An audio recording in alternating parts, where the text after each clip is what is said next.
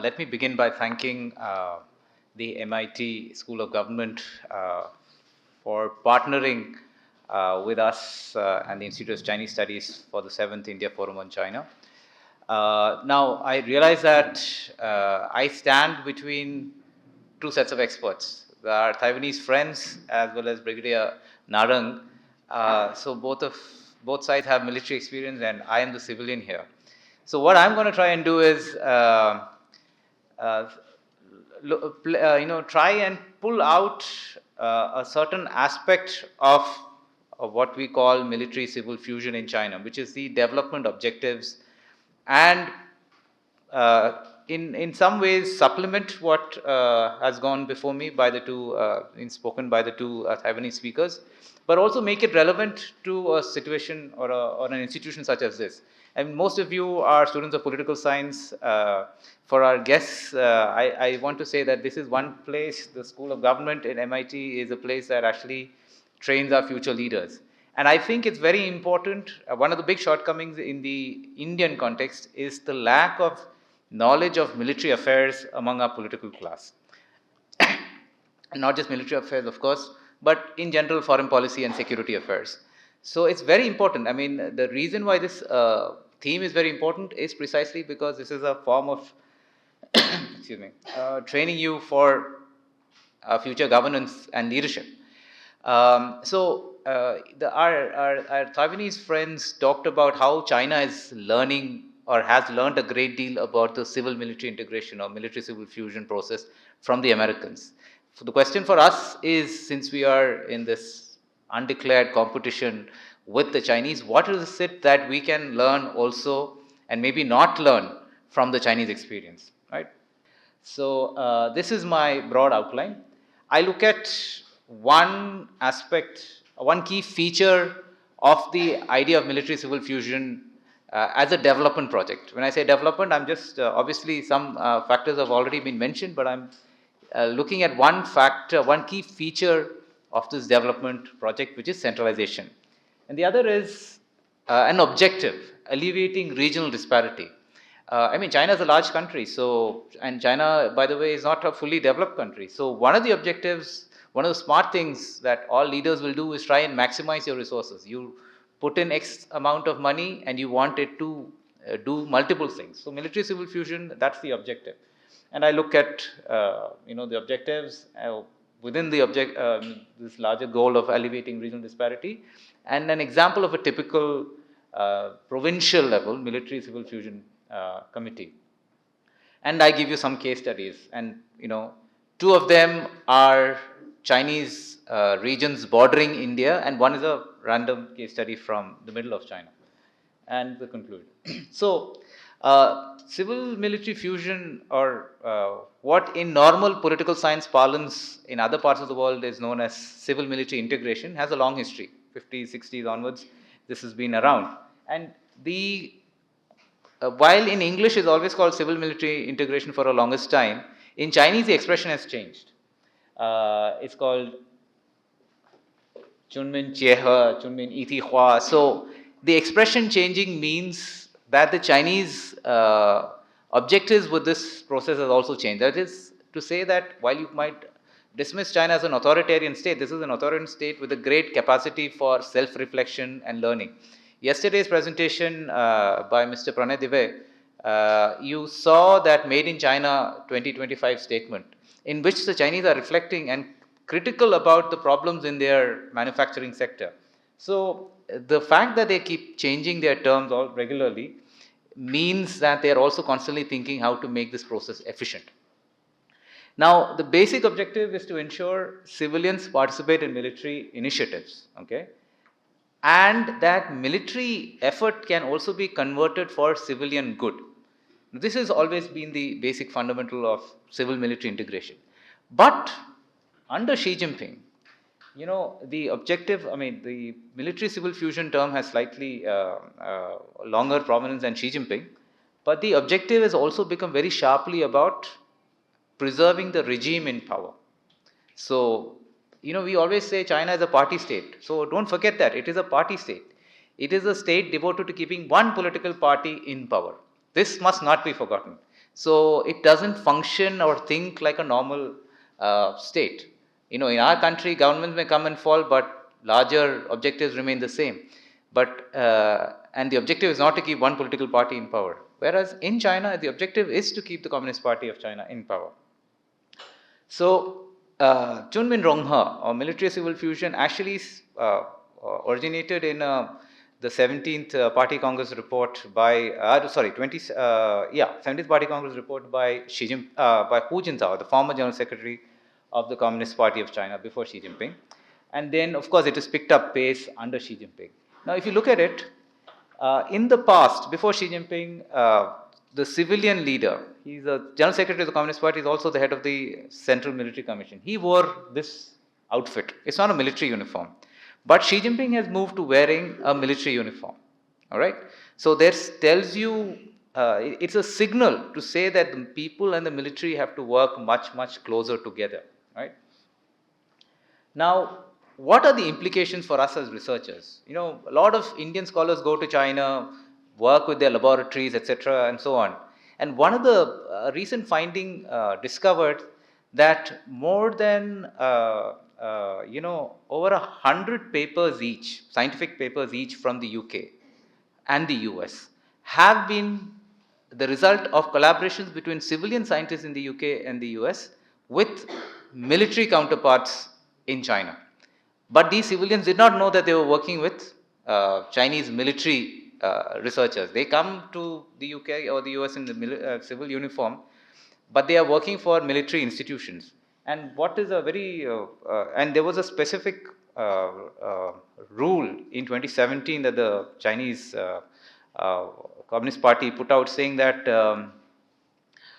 that no institution should call itself a ministry, bureau, or department, so that foreigners don't get the idea that this is a government-run or a military-run institution, right? So this is an example from a Journal of Chemistry, all right, Journal of Inorganic Materials. And if you look at the bottom, it's called the High Tech Institute of Xi'an and the High Tech Institute of Beijing. That's the translation in English. But they forgot to change the translation in the name in Chinese. The name in Chinese, it says the Rocket Force Engineering University in Xi'an and the Rocket Force Equipment Construction, I think that's what, I can't see it from here, in Beijing. So high tech is now become a synonym for, we should understand high tech institutes as a synonym for military institutions. But civilians, if you don't know about the Chinese military civil fusion system, you think it's okay to work with these guys. Another thing, everybody's heard of the South China Sea dispute, right? So the Chinese have developed a city and one of the occupied features called Sansha. Now, Sansha is a completely good example of military civil fusion. Every aspect of Sansha is an example or a work of military agencies and civilian agencies working together, right?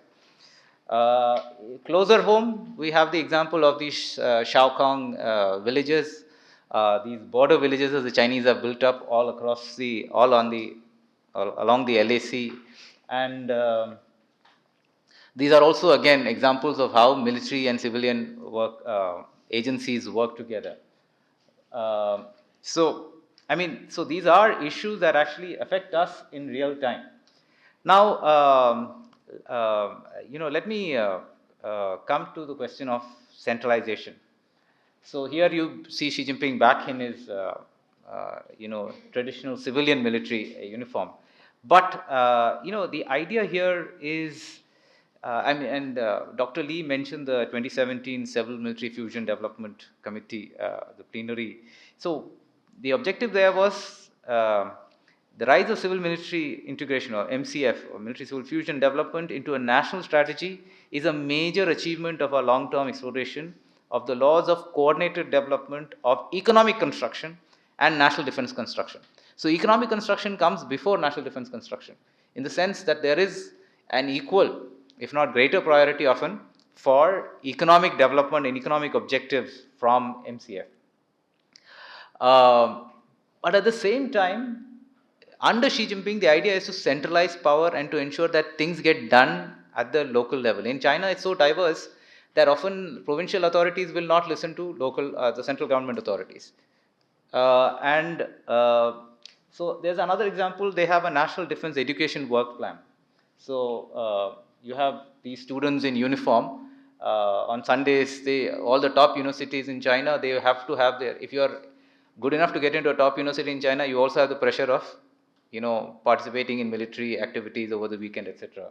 So here you have, as part of a national defense education form, you are already training your researchers or your students or scholars who are going to graduate into thinking along MCF lines, right? But at the same time, these documents will also come up with lines such as, you have to remove obstacles to innovation and development, which is to say, again, our Taiwanese friends gave in the conclusion, there's a lot of slips betwixt the cup and the lip, as Shakespeare would put it. That while you have all these grand plans, you should not assume that all of these plans are working so smoothly. I mean, everybody thinks that Chinese are perfect or 10 feet tall or such master strategists, but they make huge amounts of mistakes, and not everything is smooth, all right? So, which brings us to why things are not smooth. Like I said, China is a huge and complex country. Okay, so you have all these provinces, and and you see the differences between the provinces. You see the eastern coast is much more developed than the central or the western parts of China. And therefore, one of the big objectives that they have of MCF is to ensure that these regional hubs develop. Now, so you have the Yangtze River Development region, or you have the province of Tibet getting aid from different other provinces of China. The well-off provinces help the poorer parts of Tibet, or big companies in China help the poorer counties or cities in Tibet. Anhui, so this is the final section. I picked a random province in China, central China, called Anhui, and look at the kind of issues that a budget for military civil fusion in the provincial committee of Anhui deals with. Urban and rural community expenditure, agriculture, forestry, water, assistance to other regions like such as Tibet, natural resources, marine, meteorology, etc., housing security, financial assistance for students. The funds are earmarked for vocational education, of course, science, technology, and so on. This R&D. Tibet, all of their airports are dual use. So Sichuan Tibet Railway, again, just one of the railways. I'm giving you an example. Again, a case of military civil fusion. Training for businesses, agriculture development, greenhouse farming. Greenhouse farming has become a big thing in Tibet, TAR, Tibet Autonomous Region now. All of it is supported by a combination of military agencies as well as private companies, or Chinese, civilian sector companies. Xinjiang, everybody's heard of Xinjiang if you heard of the Uyghur issue and the oppression of the Uyghurs that's going on. So, state-owned enterprise systems. What the Food Corporation of India does? There in Xinjiang province, the military is, a lot of it is in charge of the military.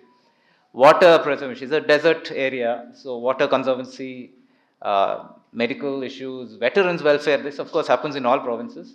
Re-education camps, what we talked about, the Uyghur issue. New materials, new energy. Xinjiang is a center for big companies called TBEA and so on, which also have, by the way, branches in India. They are in charge of developing engineering products, new materials, energy, and so on. Environment protection, radio and television networks. I mean, imagine All India Radio were to be run by the military. So this is what happens in a province like Xinjiang. Of course, airports again. So in conclusion, I will repeat many of the points that our Taiwanese friends made. It's a question what political science we call fragmented authoritarianism. While it's authoritarian, the point is it doesn't really work so efficiently, and it has to be seen as a you can't just understand or study China from a central government level. You have to go down to the provincial or local level. There's a lack of coordination. There's a duplication of technology because sometimes the provinces are competing with each other. Your S&T assets are all in a very scattered, they are not coordinated well properly. They are all scattered around the country. And final point is, of course, that if you're going to use the military to run the economy, how efficient will the military be? It goes against every market principle that a government is running the economy. And yet, that is what the Chinese are trying to do, trying to ensure that the government runs the economy efficiently. And the military is one arm to do it. So, I think finally, in terms of implications for India, if I might just take 30 seconds more, is that as students of politics, you have to understand how the military operates, number one. And even if you have going to learn, I mean, sort of a superficial learning of what China is doing, will actually might give you the wrong lessons. So you need to be able to understand that to make the process efficient, first and foremost is to understand what the issues are, what is going on, and only then can you get into the business of analysis and solutions. Thank you.